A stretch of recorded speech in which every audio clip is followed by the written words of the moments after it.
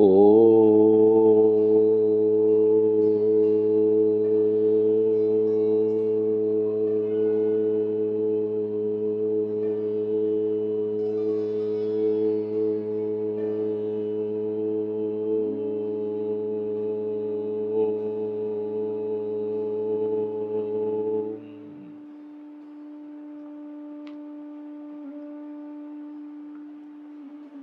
सच्चिदानन्दरूपाय विश्वोत्पत्त्यादिहेतवे तापत्रय विनाशाय श्रीकृष्णाय वयं नुमः। सूर्य मंडल स्थित मेरे परम गुरु, उनको प्रणाम करते हुए, उनकी वंदना करते हुए, उनका ध्यान करते हुए,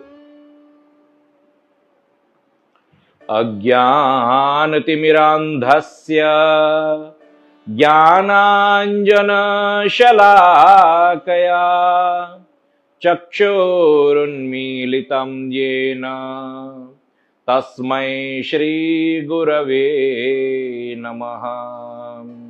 तस्मै श्रीगुरवे नमः। तस्मै श्रीगुरवे नमः। जन्माद्यस्य यतोऽन्वयादितरतश्चार्थेष्वभिघ्नस्वराट् तेने ब्रह्महृदाय आदिकवये मुह्यन्ति यत्सूरयः। तेजो वारिमृदां यथा विनिमयो यत्र त्रिसर्गो मृषा धाम्ना स्वेन सदा निरस्तकुहकं सत्यं परं धीमहि। सत्यं परं धीमहि। धर्मः प्रोच्चितकैतवोऽत्र परमो निर्मत्सराणां सतां वेद्यं वास्तवमत्र वस्तु शिवदं तापत्रयोन्मूलनम्। श्रीमद्भागवते महामुनिकृते किं वा परैरीश्वरः सद्यो हृद्यवरुध्यते त्रिकृतिभिः शुश्रूषुभे तत्क्षणात्। निगमकल्पतरोर्गलितं फलम् शुकमुखादमृतद्रवसंयुतम् पिबत भागवतं रसमालयम्। मुहुरहो रसिका भुवि भावुकाः। मुहुरहो रसिका भुवि भावुकाः। यं प्रव्रजन्तमनुपेतमपेतकृत्यम् द्वैपायनो विरह कातर आजुहाव। पुत्रेति तन्मयतया तर्वोऽभिनेदु स्तं सर्वभूतहृदयं मुनिमानतोऽस्मि।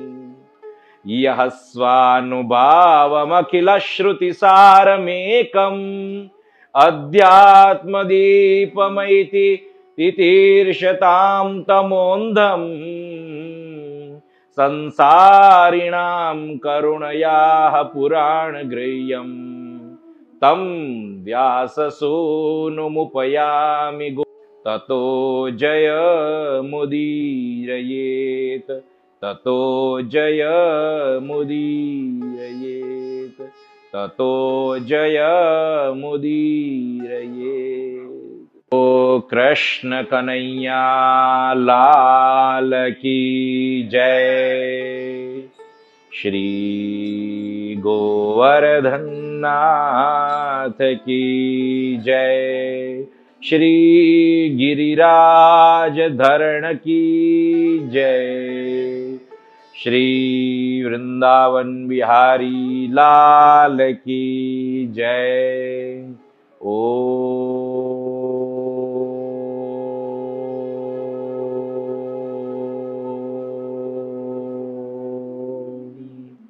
नमः पार्वती पतये हर हर महादेव हर। करारविन्देन पदारविन्दम् मुखारविन्दे विनिवेशयन्तम् वटस्य पत्रस्य पुटे शयानम् बालं मुकुन्दं मनसा स्मरामि। संहृत्य लोकान् वटपत्रमध्ये शयानमाद्यन्तविहीनरूपम् सर्वेश्वरं सर्वहितावतारम् बालं मुकुन्दं मनसा स्मरामि। इन्देवरश्यामलकोमलाङ्गम् इन्द्रादिदेवार्चितपादपद्मम् सन्तानकल्पद्रुममाश्रितानां बालं मुकुन्दं मनसा स्मरामि। लम्बालकं लम्बितहारयष्टिं शृङ्गारलीलाङ्कितदन्तपङ्क्तिं बिम्बाधरं चारुविशालनेत्रं बालं मुकुन्दं मनसा स्मरामि। शिक्ये निधायाद्यपयोदधीनि बहिर्गतायां व्रजनायिकायां भुक्त्वा यथेष्टं कपटेन सुप्तं बालं मुकुन्दं मनसा स्मरामि। कलिन्दजान्तस्थितकालियस्य फणाग्ररङ्गे नटनप्रियन्तं तत्पुच्छहस्तं शरदिन्द्रुवक्त्रम् बालं मुकुन्दं मनसा स्मरामि। उलूखले बद्धमुदारशौर्यम् उत्तुङ्गयोग्मार्जुनभङ्गलीलम् उत्फुल्लपद्मायुतचारुनेत्रम् बालं मुकुन्दं मनसा स्मरामि। आलोक्य मातुर्मुखमादरेण स्तन्यं पिबन्तं सरसीरुहाक्षं सच्चिन्मयं देवमनन्तरूपम् बालं मुकुन्दं मनसा स्मरामि। हे कृष्ण गोविन्द हरे मुरारी, हे नाथ नारायण देव, गोविंद दामोदर माधवेति, गोविंद गोविंद रथांगपाणि, गोविंद गोविंद दामोदर माधवेति। बोलो कृष्ण कन्हैया लाल की जय। पहले विष उत्पन्न हुआ और विष के पश्चात कामधेनु गाय उत्पन्न।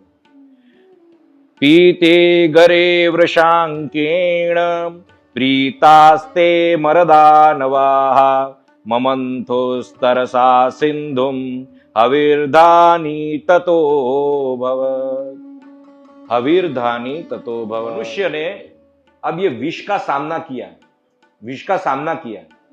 जब कोई भी हम महत्वाकांक्षी कुछ भी वस्तु हम करते हैं तो सबसे पहले ऐसे अनिश्चित वस्तु जब प्राप्त होती है तब भगवान हमारी परीक्षा करते हैं, कसौटी करते हैं, देखते हैं कि ये उसके लिए योग्य है कि नहीं है, ये उसके लिए योग्य है कि नहीं है। तो देखो, देवों और दैत्यों ने दोनों ने सामना किया, दोनों ने सामना किया, विष का सामना किया। केवल सामना ही किया, पचाया किसने? भगवान ने। पचाया किसने? भगवान ने। तो उसी प्रकार हमें जीवन में यही करना है कि भाई किसी भी शुभारंभ किया, लेकिन यदि अनिश्चित वस्तु हमें प्राप्त होती है तो उसमें हमें घबरा नहीं जाना है। भगवान की शरण चले गए तो भगवान बस यही देखता है, धैर्य जिसको कहते हैं, धैर्य। जिसने धैर्य, धैर्य क्या दिखलाता है कि आपकी कितनी भगवान में निष्ठा है। और जैसी जैसी निष्ठा बढ़ती जाती है वैसे वैसे धैर्य भी बढ़ता जाता है, और वैसे वैसे ही फिर जब परिणाम भी श्रेष्ठ आने लगते हैं। तो यहां पे विष आ गया, देखो सामना ही किया है, पचाया भगवान ने है। तो उसी प्रकार मनुष्य को केवल सामना करना। अब जब दूसरी बार जब समुद्र मंथन पूर्ण उत्साह से प्रारंभ किया तो क्या प्राप्त हुआ? तो कहते हैं कामधेनु गाय। इसको क्या कहते हैं? तो यहां पे कहते हैं हविर्धानी। हविर्धानी क्यों कहते हैं? क्योंकि हविर्धानी क्यों कहते हैं? क्योंकि अग्निहोत्रादि आदि जो यज्ञ है उसमें हवि जो प्रदान करने वाली है वो कौन करती है? गाय करती है। गाय पंचगव्य, दूध, दही, घृत आदि, इनका कोई भी ऐसा उनसे उत्पन्न ऐसी कोई भी वस्तु ऐसी नहीं है जो यज्ञ के लिए उपयोगी न हो। तो ऐसी कामधेनु गाय, कामधेनु गाय कई बार चर्चा का विषय बनी है, युद्ध का विषय बनी है। और कामधेनु गाय क्या है? तो कहते हैं राजा दिलीप। कौन राजा दिलीप? तो कहते हैं इंद्र के साथ जिनकी मित्रता थी और जिनके वंश में आगे जाके भगवान रामचंद्र हुए, ऐसे राजा दिलीप एक बार इंद्र को मिलकर लौट रहे थे और वहां पे कामधेनु गाय थी। रास्ते में कामधेनु गाय थी, लेकिन दिलीप जी ने उनका दर्शन नहीं किया, और जब दृष्टि ही नहीं पड़ी तब उन्होंने प्रणाम भी नहीं किया। कोई कहते हैं दृष्टि पड़ी फिर भी प्रणाम नहीं किया। अब जो भी हो, प्रणाम नहीं किया। प्रणाम नहीं किया, इसके कारण क्या हुआ? कामधेनु गाय ने मनोमन श्राप दिया, जब तक मेरी संतान की ये सेवा नहीं करते और मेरी संतान उन पर कृपा नहीं करती, तब तक इनको कोई भी संतान नहीं होगी, पुत्र की प्राप्ति नहीं होगी। अब राजा दिलीप को तो ज्ञात हो या ना हो, वो पृथ्वी पर आए और दीर्घ काल तक जब उनको किसी भी प्रकार की पुत्र की प्राप्ति नहीं हुई, राज्य सिंहासन पर कौन बैठेगा, इनकी जब चिंता से व्यग्र हुए, तब राजा और रानी ने वन की ओर प्रयाण करते हुए ऋषि वशिष्ठ जी के पास गए, और वशिष्ठ जी ने ध्यान में होकर देखा कि इनसे तो ये एक अपराध बन गया है। अब इस अपराध का निवारण क्या? तो उनके पास नंदिनी गाय थी, जो कामधेनु की ही संतान थी। कहा कि आप ये नंदिनी गाय की सेवा करो। और नंदिनी गाय की सेवा करते करते वो कैसे सेवा करते? तो कहते हैं नित्य वन में ले जाते, सुबह से लेकर शाम तक रोज उनको, यानी नंदिनी जी को जो भी इच्छुक है वहां पे वो ले जाते। और आप देखो कैसी सेवा, जहां नंदिनी खड़ी रहती वहां पे वो खड़े रहते, जहां नंदिनी विश्राम करती वहां पे वो विश्राम करते। कहने का तात्पर्य अहर्निश नंदिनी की सेवा में लगे रहते। जब वो पुनः घर पे लौटती तब तो रात को संध्या समय रानी मैया जो है वो दीपक उनको धराती, उनको दीपक अर्पण करती। अब दीपक अर्पण करने का भी अत्यंत महत्व बताया गया है। जैसे तुलसी जी को बताया गया, वैसे ही गौ माता को भी दीपक अर्पण करना चाहिए। और फिर रात को जहां गौ माता विश्राम करती वहीं पे ही राजा दिलीप भूमि पर विश्राम करते और ब्रह्म मुहूर्त में वो जग जाते और पुनः वही गौ माता की सेवा आरंभ कर देते। तो इस प्रकार सेवा करते करते एक दिन क्या हुआ, वन में गौ माता जो है वो एक बार एक वृक्ष के आगे गई और राजा दिलीप पीछे रह गए।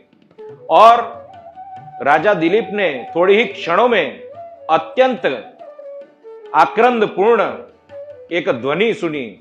और जब देखा कि ये तो गौ माता की आवाज है, उनका स्वर है, तब वो गए और उन्होंने क्या देखा, एक सिंह था। उन्होंने उस गौ माता पर पंजा लगाया हुआ था और माता आक्रंद कर रही थी, रो रही थी। और उसी समय उन्होंने बाण के लिए अपना हस्त, अपना हाथ बाथे में रखा। जैसे ही बाथे में से बाण उठाने के लिए यत्न किया, हाथ वहीं पे ही चिपक गया। और फिर तब सिंह ने दैवी वाणी से कहा कि हे राजन, मैं सामान्य पशु नहीं हूं, मैं ये मां भगवती अंबा का कृपा पात्र सेवक हूं और यहां पे मैं ये देवदारू वृक्ष का रक्षण कर रहा हूं, उसी के ही आश्रय में रहता हूं। और यहां पर जो प्राणी, जो पशु स्वतः आ जाता है वो मेरा ही भोग बन जाता है, मेरा आहार बन जाता है। तो अब ये मेरा आहार है, इसलिए ये मुझे अर्पण कर दो, विक्षेप न करो। तब राजा ने कहा कि मैं मां भगवती अंबा का आराधन करता हूं, उसे क्षमा अपराध कि आप उनके कृपा पात्र सेवक हैं, तो मुझे क्षमा कर दीजिए कि मैंने आप पर धनुष चलाने का यत्न किया, लेकिन मेरे रहते हुए आप ये गौ को अपना भोग नहीं बना सकते, अपना आहार नहीं बना सकते। गौ माता का नाश मेरे रहते हुए नहीं हो सकता। यदि आपको क्षुधातुर हो, आप क्षुधा लगी है, आपको भूख लगी है, तो आप मुझे ही खा जाइए, ये शरीर आपका भोग बनेगा। और फिर अनेक प्रकार से सिंह ने समझाया, आप राजा हो, अनेक रानियां होती है, आप प्रजा का पालन करने के लिए जन्मे हो, अनेक प्रकार से समझाया। राजा समझा नहीं। और अंत में जब सिंह ने कहा कि चलो आपका शरीर ही दे दो, तब सब प्रकार के अस्त्र शस्त्र को छोड़कर राजा पृथ्वी पर नतमस्तक हो चुका और प्रतीक्षा करने लगा कि सिंह मुझ पर आक्रमण करे, लेकिन ऐसा नहीं हुआ। और क्या हुआ, तो तुरंत वहां पे गौ माता जो है उन्होंने कहा, और सिंह तो अदृश्य हो गया, और उन्होंने कहा कि राजन, मैं अत्यंत प्रसन्न हूं, मैं अत्यंत प्रसन्न हूं, ये सब मेरी ही माया थी, आपकी मैं परीक्षा कर रही थी और परीक्षा में आप उत्तीर्ण हुए हो। धन्य है ऐसे राजा को। आपको जो भी कामना है, आप मेरा दूध पान कर लो तो आपको पुत्र प्राप्ति हो जाएगी। तो उन्होंने फिर राजा दिलीप ने यहां पर भी धर्म बताते हुए यही कहा कि ये आपकी कृपा है मेरे पर, कि आप मुझे ये वर दे रही है, लेकिन सबसे पहला अधिकार आपके दूध पर बछड़े का होता है, और बछड़े के बाद आश्रम में जो हमारे गुरु है उनका अधिकार है, और जब मेरे गुरु आज्ञा करेंगे उसके पश्चात मैं ये दूध का पान करूंगा। और ये बात सुनकर तो नंदिनी और प्रसन्न हो गई, और फिर राजा दिलीप ने ही ऐसे ही जिस प्रकार बताया था उसी प्रकार आश्रम में जाकर दूध का पान किया। गुरु भी प्रसन्न हो गए, रानी भी प्रसन्न हो गए।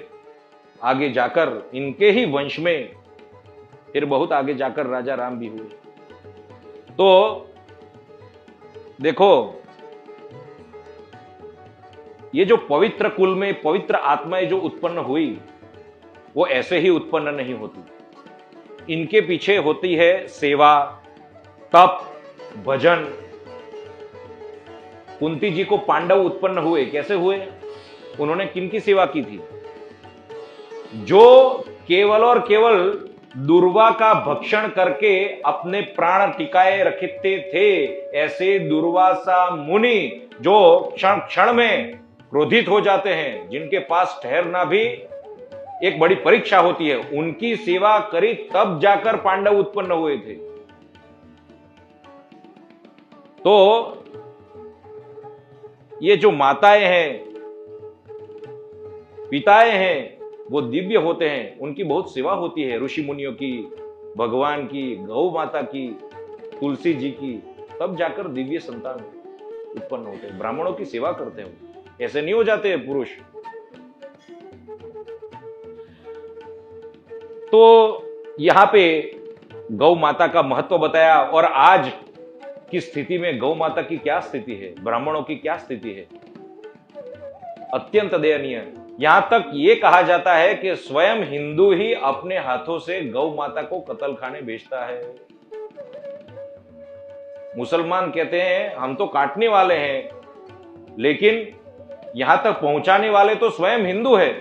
तो यह स्थिति कैसे उत्पन्न हुई?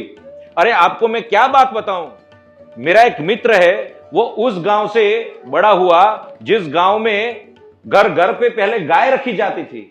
सुनो ये बात, वो 22 साल बाद उस गांव में आया, और क्या हुई, वो गांव में जो घर घर पे पशुपालन होता था, गौ माता का पालन होता था, वहां पे अब बड़े बड़े बंगले बन गए हैं, और सबने गौ का पालन छोड़ दिया। स्थिति वो हुई कि वो एक दिन, वो स्वयं ब्राह्मण था, शास्त्रज्ञ था, भगवान की उन पर बहुत कृपा थी। वो एक दिन एक जो उस गांव का सबसे रईस धनवान व्यक्ति था, जिनको बचपन से वो जानता था, बचपन से वो जिनको जानता था, और वहां उनके घर के आसपास खेला भी है, उनकी गलियों में, उनके रिश्तेदारों में, उनके संबंधियों के साथ वहां खेला भी है। और वहां पे वो कहने के लिए जा रहा है कि आप धनवान हो तो मुझे कुछ भागवत कथा का अवसर दो।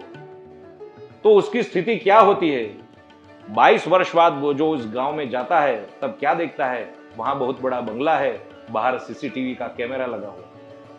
वहां पे बाहर जो कर्मचारी है, वो उस ब्राह्मण को, जिस ब्राह्मण ने वहीं पे समझ लो जन्म से लेकर सब कुछ अपना आनंद, परमानंद वहां पे जहां प्राप्त किया है, उसी भूमि में वहां पे उसका इस तरह से अपमान होता है। आप कौन से गांव से हो?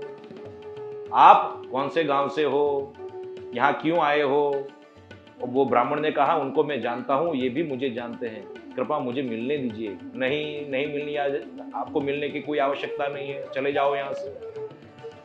आंखों में अश्रुपात करता हुआ वो वहां चला गया। कारण क्या था? अब वहां पे गौ पालन बंद हो चुका। सब जो एक जमाने में पहले गौ पालन कर रहे थे, वो गौ पालन बंद हो चुका था। अब उन्होंने जो दूध पान किया वो भैंस का था। समझ रहे हो? जैसा आहार ऐसा आपकी मन बुद्धि ऐसे ही बनते हैं। आपके आहार विहार से ही आपकी मन बुद्धि चित्त अहंकार बनते हैं। जैसा भोजन, हमारे गुजराती में कहावत है ना, क्या है? जैसा अन्न वैसा मन, और पानी ऐसी वाणी। तो कहने का तात्पर्य यही है प्रभु कि आज देखो, आप देखना जितने भी बड़े बड़े ऋषि मुनि हुए हैं ना, अभी भी बोल रहा हूं आपको, अभी भी इस वर्तमान में भी, उनके भूतकाल में जाके देखना, उनकी माता ने उन्हें गोदूध का पान कराया होगा। किसका? गोदूध का। वो साक्षात अमृत समान है, साक्षात अमृत समान। कई प्रकार के रोग देसी गाय के यदि आप दूध पान करते हो तो नहीं होते। जो आपकी बुद्धि होती है वो भी अत्यंत तीक्ष्ण भाले जैसी बुद्धि अगर चाहिए तो गौ दूध का सेवन करना चाहिए। लेकिन कैसी गौ? आजकल क्या स्थिति है, गौ माता को चरने के लिए गोचर भूमि भी नहीं मिल रही है, गोचर भूमि भी नहीं मिल रही है, तो खाएगी क्या? प्लास्टिक खाती है, जूठा भोजन खाती है। तो देसी गाय, और वो भी जब गांव की गाय हो, उनको लीला चारा हरा चारा जब मिलता हो, ऐसी गाय का दूध पान करोगे और फिर जीवन देखो क्या होता है। जीवन जो है ना, वो आपके श्रेष्ठ विचारों से बनता है, श्रेष्ठ विचारों से। तो श्रेष्ठ विचार कहां से प्राप्त होगे? आपका शील स्वभाव वो सब कहां से प्राप्त होता है? एक तो जन्मदत्त होता है, और जन्म के पश्चात भी उस स्वभाव को यथावत रखना, उन विचारों को यथावत रखना, उसके लिए चाहते हैं, उसके लिए क्या चाहिए? तो ऐसे सत्वशील वस्तु, सत्वशील वस्तुएं। और आजकल तो कहते हैं गिर गाय का दूध मिलता है, गिर गाय तो नाम मात्र की रह गई, उनके लिए जब है ही नहीं, यथेष्ट चारा ही नहीं है, तो फिर वो क्या देगी? और मंदिरों में पुकार पुकार कर शास्त्र कहते हैं, लिखा है कि जो भगवान होते हैं उनको जो भोग लगता है, उनको जो हलवा लगता है, उनमें देसी गाय का दूध ही चाहिए। जो भी यज्ञ होता है उसमें शुद्ध देसी गाय का घी ही चाहिए, बाकी घी से कुछ भी यज्ञ नहीं होता। नहीं होता तो नहीं होता, स्पष्ट रूप से। लेकिन आजकल सब कुछ नकली, शुद्ध है ही नहीं। तो फिर जब शुद्ध है ही नहीं तो आपका सत्कर्म कैसे आपको फलित करेगा, आपको कैसे वो फल प्रदान करेगा? तो इसीलिए फिर साधु संत कहते हैं अंत में राम नाम पर आ जाते हैं, अंत में राम नाम पर आ जाते हैं, क्योंकि कुछ भी शुद्ध नहीं रहा। क्या करे? राम नाम में भी अशुद्धि कर दी लोगों ने, राम नाम में भी अशुद्धि कर दी। भगवान नाम ऐसा है, यदि श्रद्धा पूर्वक निष्ठा पूर्वक किया जाए तो किसी भी अवस्था में, यहां तक कि मैथुन, पत्नी के साथ मैथुन करते हो तो मानसिक अवस्था में भी भगवान का नाम लिया जा सकता है, शौच में जाते हो तो वहां पर भी भगवान का नाम लिया जा सकता है, अहर्निश मन में यथोचित मर्यादा का पालन करके। भगवान नाम वो है, लेकिन फिर उसमें निष्ठा और उसी पर ही श्रद्धा, वही एकमात्र साधन, सब कुछ मेरा भगवान नाम। उस प्रकार जब होता है ना, तब जाकर भगवान नाम फलित होता है। तो वो भगवान नाम। और आजकल भगवान नाम पर तो केवल समझ लो, कहते हैं धर्म छोड़ दो और भगवान नाम ग्रहण कर लो। ऐसे नहीं होता है। जीवा पर भगवान नाम आता है, सत्य बोलना नहीं आता है। मंदिर में ब्राह्मणों के द्वारा नित्य जब शंख बजाया जाता है ना, ये शंख का भी कितना महत्व है प्रभु, आपको पता है? ये जो शंख बजाया जाता है वो शंख का भी कितना महत्व है। शंख की जैसी ध्वनि उत्पन्न हुई, काम के परमाणु नाश, काम के परमाणु नाश, नकारात्मक विचार नाश। शंख साक्षात वेद स्वरूप है, लक्ष्मी स्वरूप भी माना गया, लक्ष्मी का निवास था। अभी कहते हैं, अब इस तरह से गौ माता जो है, अब गौ माता के बाद अब वो गौ माता ऋषियों के पास चली गई, और उसके पश्चात आया क्या निकला? तो कहते हैं घोड़ा था, बहुत श्वेत रंग का अत्यंत सुंदर घोड़ा, पराक्रमी घोड़ा। भगवान ने देवताओं को बता दिया था, कुछ भी निकले आपको कामना करनी नहीं है। तो राजा बलि ने कामना की, राजा बलि के पास, असुरों के पास चला गया। उसके बाद ऐरावत हाथी, ऐरावत हाथी प्रकट हुआ। वर्णन किया है कि कैलाश पर्वत की भी सुंदरता, उनका जो गौर वर्ण है उसको भी तिरस्कृत करने वाला, उसको भी मात करने वाला ऐसे श्वेत रंग का हाथी ऐरावत, 4 दांतों से सज्ज, तो वो स्वतः इंद्र के पास चला गया उनकी योग्यता के अनुसार। उसके बाद क्या प्रकट हुआ, तो कहते हैं कौस्तुभ मणि प्रकट हुआ।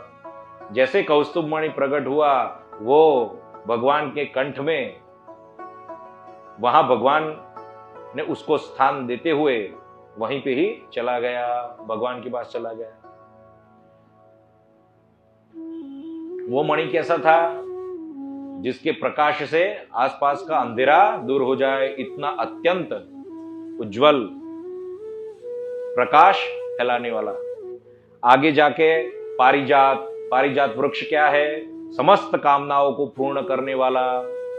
तो वो कहां पे गया, इंद्र के पास गया। वो नारायण के पास तो ऐसी अनेक अप्सराएं वो चाहे तो बना ले, उनको तो ऐसी कोई आवश्यकता नहीं है, उनके पास तो साक्षात लक्ष्मी जी है। तो देवताओं के पास अप्सरा चली गई। तो ऐसे पुरुषों को अप्सरा का ध्यान करना चाहिए। कहा है अप्सरा का ध्यान करना चाहिए। संतान के लिए पितृ का ध्यान करा, पितृ पूजा की है, बराबर है। आयुष्य के लिए अश्विनी कुमारों का बोला है, अश्विनी कुमारों का पूजन कहा है, बराबर। सबके लिए विद्या कामस्तु गिरीशम दाम्पत्यार्थ उमा सतीम, विद्या के लिए गिरीश के पास जाओ, दाम्पत्य जीवन के लिए उमा के पास जाओ, ये सब कहा है।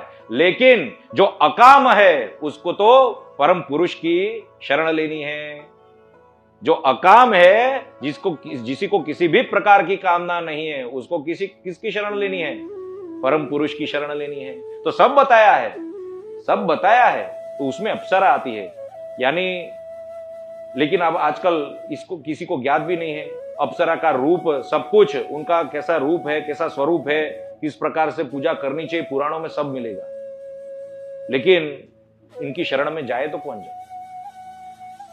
लेकिन जो सब कुछ प्राप्त करना चाहता है अथवा तो कुछ भी प्राप्त करना नहीं चाहता है, समझ रहे हो, कुछ भी प्राप्त नहीं करना अर्थात सब कुछ प्राप्त हो गया, समझ में आया।